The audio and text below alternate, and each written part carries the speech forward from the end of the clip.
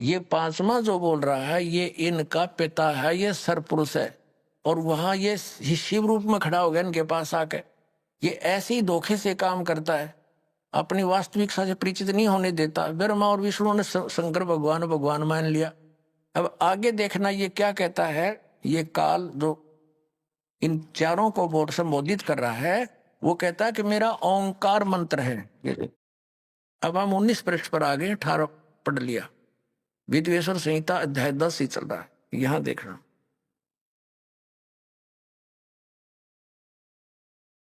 यहां इस कारण उस ज्ञान की सिद्धि के निमित्त ओंकार नामक मंत्र जप करो, अभिमान को दूर करने वाला है, सोई निज मंत्र उपदेश करते हैं।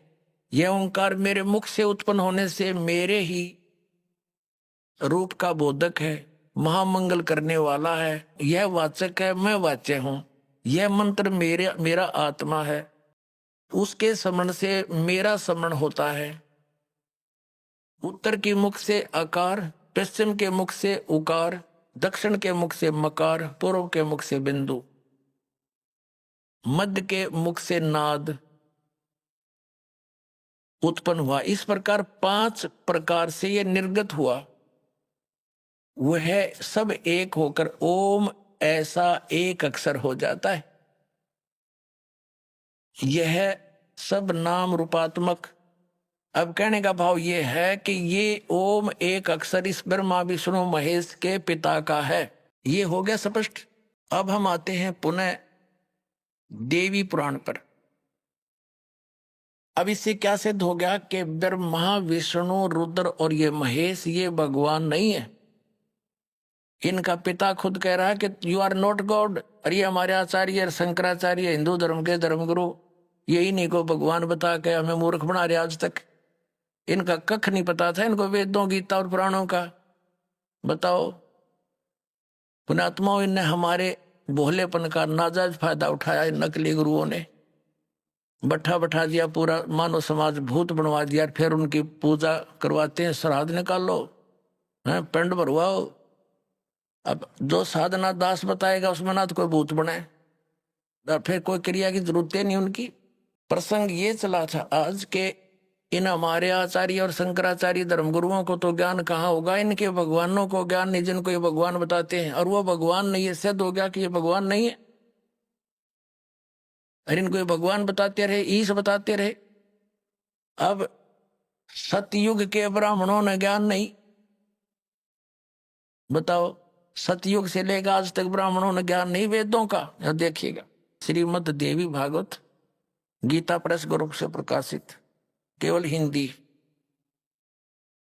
इसके संपादक हनुमान प्रसाद पोदार, चिमनलाल गोस्वामी। ये गीता प्रेस गोरखपुर से प्रकाशित है।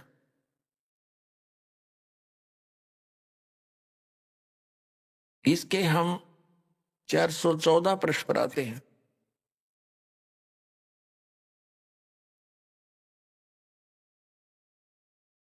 ये 414 पृष्ठ है श्री संक्षिप्त देवी भागवत और छठा सकंद।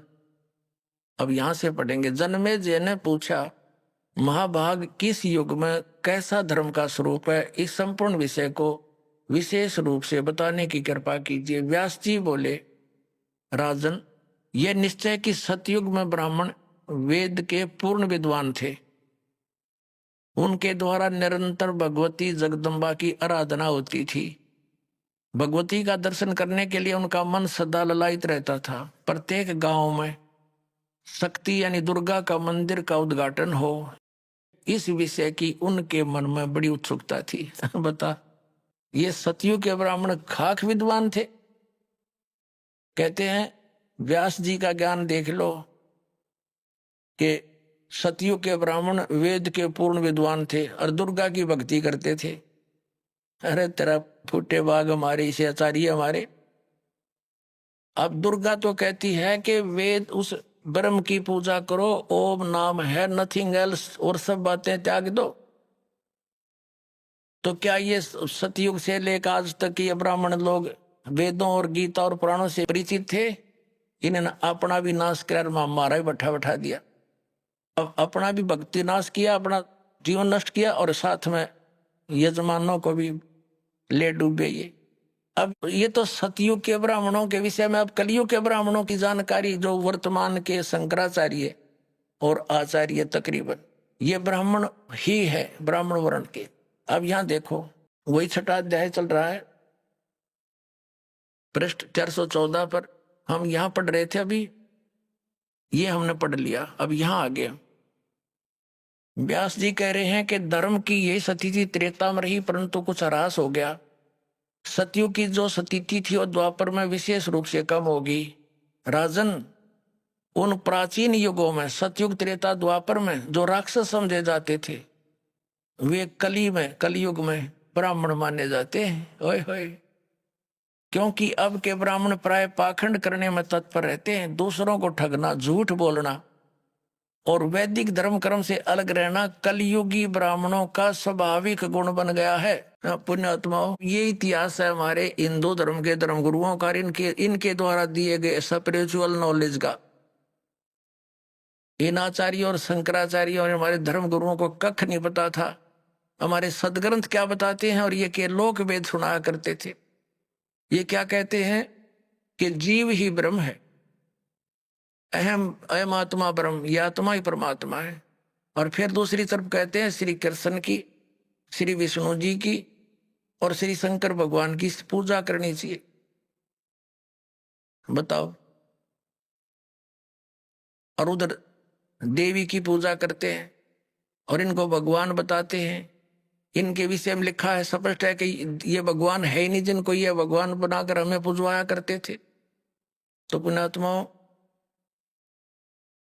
ये सौभाग्य आपका कि परमात्मा ने आपको शिक्षित किया, इस दास को अध्यात्म ज्ञान युक्त किया। अब देखना पूरे विश्व में यह ज्ञान जाएगा और सब मानव का कल्याण हो जाएगा। बोलो सतगुरुदेव।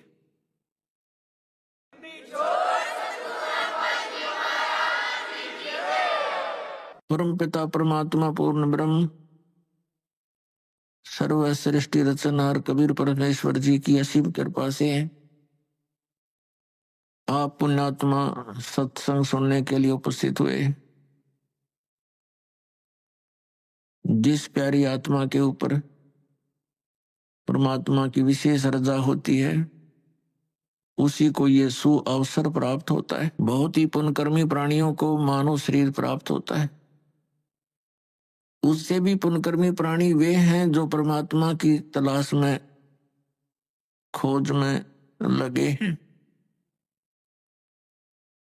और उनसे भी पुण्यात्मा वो प्राणी हैं जिनको सतगुरु मिल गए। तो पुण्यात्मा, आप उन तीसरे नंबर के, यानी गुड बेटर बेस्ट, ये बेस्ट आत्मा हो परमात्मा की, आपको सतगुरु मिल गए। अब आपका ये अंतिम जीवन होगा यदि आप आजीवन इस सत भक्ति पर दृढ़ रहे, नियमित रहे, आप सतलोक चले जाओगे। आप आज से नहीं लगे हो भक्ति के लिए, परमात्मा के लिए, आप युगों युगों से लगे हो। आप